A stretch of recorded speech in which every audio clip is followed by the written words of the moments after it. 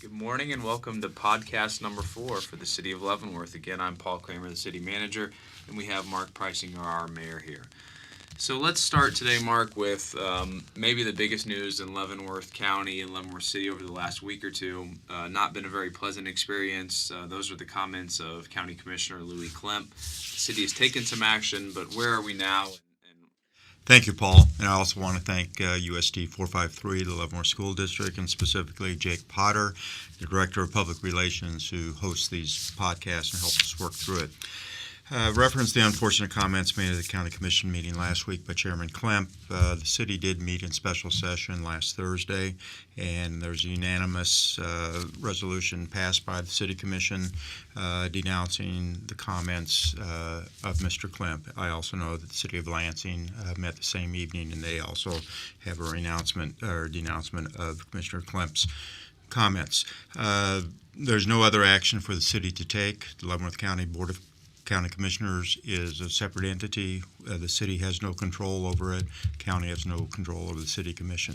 So the city has done what we're going to do, and hopefully this will work out for all of us. We want this to be removed. We need to get on with the business of running the city and the county. Yeah, most definitely. I know everybody at the city, some city staff and some city commissioners have been receiving emails from all over the country, and that's okay.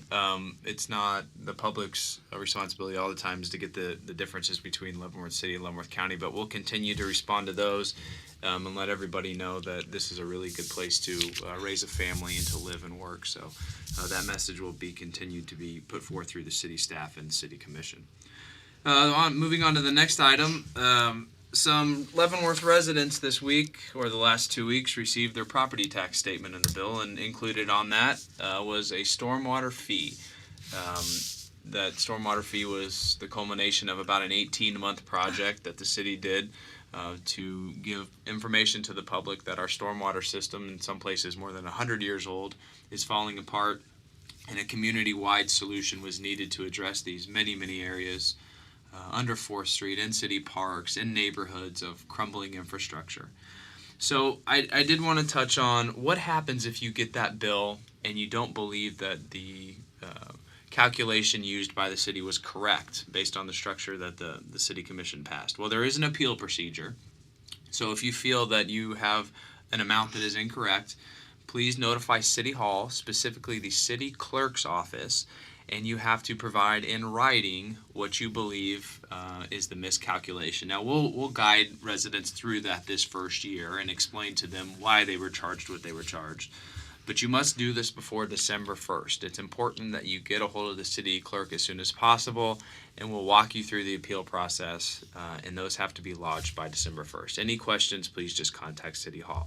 But going forward now on the stormwater fee, now that we have the fee in place and the city will start receiving funds in January, we'll be working with the City Commission. And Mark, how can people learn what's going on with this program? On December 4th, our study session, Tuesday, December 4th, we, the commission, are going to talk about the first 6 months of the stormwater program. We invite the public to come, as with all of our city commission meetings that are open to the public. We will then discuss or indicate all the spending projects, et cetera, during that meeting. We'll also have dedicated web page, but there'll be a lot of discussion December 4th on how the program is going to kick off in 2019, what projects we're going to work on early in 2019 and throughout the year. And if you have a project that's in your backyard or in your neighborhood that you're concerned about, it may not appear on the list that we're going to do in the first 6 months or the first year, but please let us know about that so we can evaluate it, put it on the list, and plan accordingly. The fee brings in about $1.2 million a year, which sounds like a lot, but as you're getting into infrastructure and underground, those funds go quickly. Also Tuesday night, or tomorrow night, the City Commission is going to be talking about a rental inspection program from the city. So, Mark, can you walk us through why the Commission took this up? What are some of the problems? And although we don't have details, what does a successful solution look like to you? I think we, the Commission, want the landlord-tenant relationship to be mutually beneficial. We wanted to allow the landlords to be able to run a successful business, but we also want the tenants to have the ability to live in a safe and healthy living environment. We realize there are issues. There are landlords or tenants that have issues with their landlords not taking care of the properties correctly or properly. We also have tenants that are not taking care of the property, and landlords don't have many options.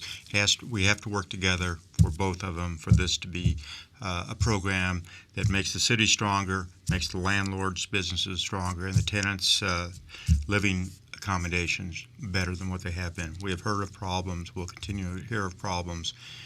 We're going to try to get this worked out, but the tenants and the landlords have to come together on how we make this happen. And this could take form in many different ways. The commission, that's part of the discussion we invite the public to have with us in the commission, is does this include a licensing program? I'm not sure yet. Does it include a regular inspection of the outside of properties? Those are the details that the commission will discuss tonight and then in many more study sessions. There's no panacea here. There's no quick, easy answer. We need to hear from both sides. Both sides have to work together. We want something that is good for the entire city of Leavenworth. It's not one side against the other. It has to be together. And a conversation that needs to happen and will probably take a little while to get fully in place. Correct. I don't think that we'll have it solved tomorrow night. Moving on to something else that the city commission and city staff has shifted our attention to. I think I can say for everybody listening, thank goodness the political season is over, at least for this part of the country. I think there's still some races out there in other parts of the country, but here we know who's in place. So the next session is now making sure those we've elected are doing and representing the city of Leavenworth in our priorities. So with that said, the city commission, as they do every year, will invite our local legislators, state senators, and state representatives to City Hall in early December to talk about our priorities. Maybe the two most important issues that we're going to talk about are mental health and transportation. What are the key points of mental health and transportation that you hope our local legislators take away from that meeting? Mental health is always cited as a state and a national priority. Unfortunately, funding for mental health programs has been depleted over the last several years, many years, at both the state and the national level. Hopefully we can start directing some funds to take care or to address this national concern. Transportation is always cited as an issue. Kansas City Area Transportation Authority, the KCATA, and MARC, which is the Mid-American Regional Council, have said it's an issue. We're encouraging Kansas City area-wide transportation to include Leavenworth and Leavenworth County. Commissioner Nancy Bowder has sat on these transportation boards, and she is well versed on it and is also very concerned about lack of transportation in Leavenworth County, in the city of Leavenworth area. The Leavenworth County Commission has heard the proposals and have taken no action. We're hoping that the new county commission relooks this. We think it's an important issue and needs to be addressed for all of our citizens, for the city and the county of Leavenworth. Yeah, something like this can't just be done at the city level. It's something that needs buy-in from all the cities and the county government to truly work. Some news and notes that we have going on around the city. The LEAF program, as a reminder to anybody listening, the LEAF program is for those residences south of Spruce Street. Driving to work today, I saw some LEAFs north of Spruce Street out on curbs, and if you're listening to this, know that this year the city will not be coming by if you live north of Spruce Street.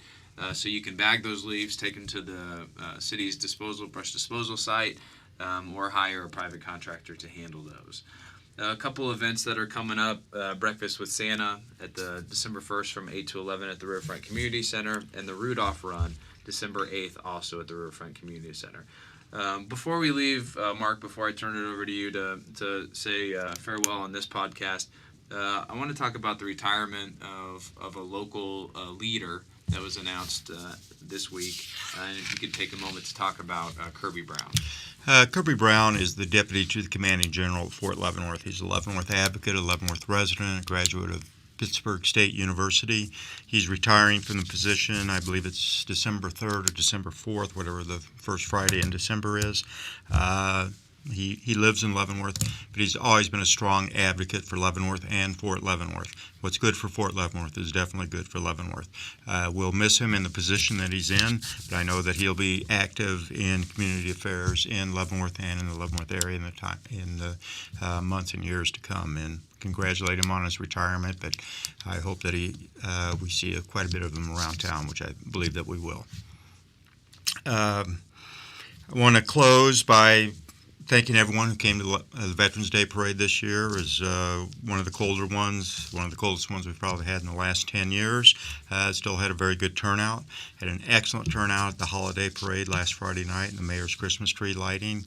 I would estimate there was 750,000 people at Haymarket Square, at the pavilion at Haymarket Square, and great time. Kids absolutely loved it. Santa loved it, and parents and grandparents enjoyed it. Thank you for attending. I want to wish everyone a very happy Thanksgiving. Hopefully that you'll be safe and enjoy the time with your loved ones, your family, friends, and enjoy the holidays.